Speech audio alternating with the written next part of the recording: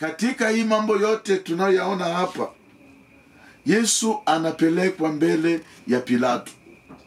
Na wakati anapelekwa mbele ya Pilato, anamsambisha. Lakini mwisho anakuja kuambia makuhani na Walawi, wanasema ya kwamba sioni kosa ambalo mniletea kumshtaki kwangu, ambalo namstahili ya kufe. Lakini sababu ni wanadamu na ni watu, hawakujali kwamba Pilato aisha kusema kwamba haoni kosa kwa Yesu. Na kwa sababu Yesu alitoka mbinguni kwamba aje afe kwa ajili yetu, wanadamu walizidi kumsindiria kwa Pilato. Wanasema, Bwana, kifo na ni kifo, umuue akufe. Pilato anamwambia, hata kwa Herode walimrudisha kwangu, maana Herode alipomchunguza alikuta hana kosa, hana dhambi ya kumstahili kuuawa. Lakini Wayahudi wanasema, sisi utufungulie Baraba. Ona watu hawana wema, Yesu anawatendea wema, anawaponyesha wagonjwa, anafungua wafu wao, anawatendea kila walichokitaka. Lakini anasema, utufungulie Baraba. Lakini Yesu umukamue. Wanakubali mwizi wa kuwatesa. Jo, wanadamu wale. Anakubali atembee kwa shida, kwa magumu.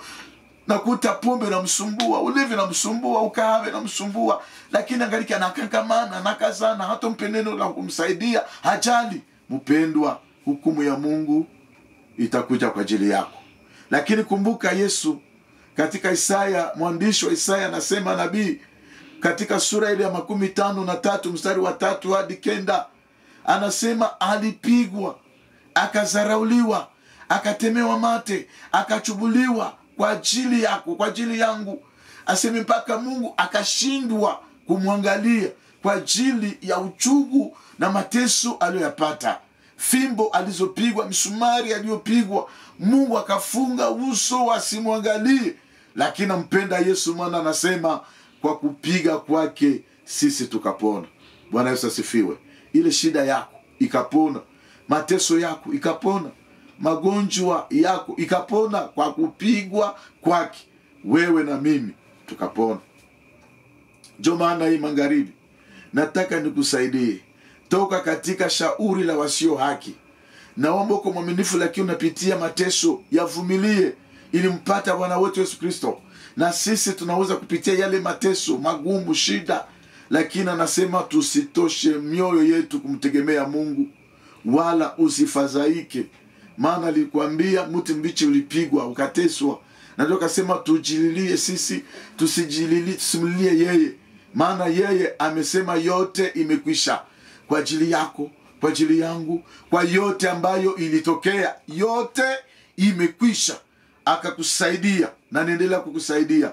Ndio maana wakati wote ukutanapo shida, usiweke mawazo kwa mwanadamu, wala usimtumainie mtu. Maana atakutraire kesho, atakuacha kesho. Utamwekea tumaini, aseme fulani ni wangu atanisaidia, fulani ni wangu ananijua, njoo atakutesa kesho. Lakini weka mawazo kwa Yesu. Mungu alileta matumaini kwa na kwangu na kwa wengine. Lakini wale wakasema asulubiwe, afe, asulubiwe na damu yake iwe juu yetu na watoto wetu. Imeleta laana kubwa hata kwa kizazi cha Israeli hata leo. Usibebe lawama ya damu ya mtu yeyote kwa ajili ya maneno yako, kwa ajili ya mateso yako, kwa ajili ya kumuonea na kumdharau na kumteta mwingine na kutaka mabaya kwa mwingine. Lakini kama Mungu anakusaidia, umutumainie na uweke tumaini kwake. Usifanane na Yuda ambaye baada ya kumuzisha Yesu anakuja tena anamubusu. Na Yesu anamwambia, rafiki, umemsaliti Bwana wako kwa kumubusu. Ni huzuni. Ukule na mwenzako, ulale na mwenzako, utembee na mwenzako, akutendee mema mwenzako, akufanyizie mazuri mwenzako, lakini kwa unafiki wako unamubusu kama kumupenda, kumbi roho yako iko katika kumwangamiza. Ndio maana Mungu akupe neema. Na Yesu anamwambia lifanye ulitakalo.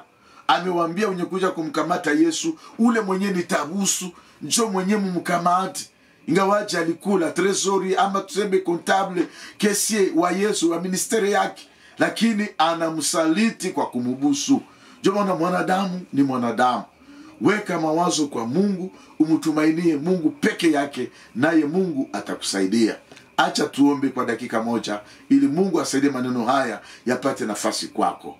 Baba, katika jina la Yesu, na muombe msikilizaji, mufanye atulie katika wewe, akungoje tu wewe, asimwekee mwanadamu matumaini, maana atamkwaza kesho, atamvunja moyo, lakini wewe hauvunjanake moyo. Ndio maana nimemwombea msaidie kwa jina la Kristo Bwana wangu tunaomba. Amen.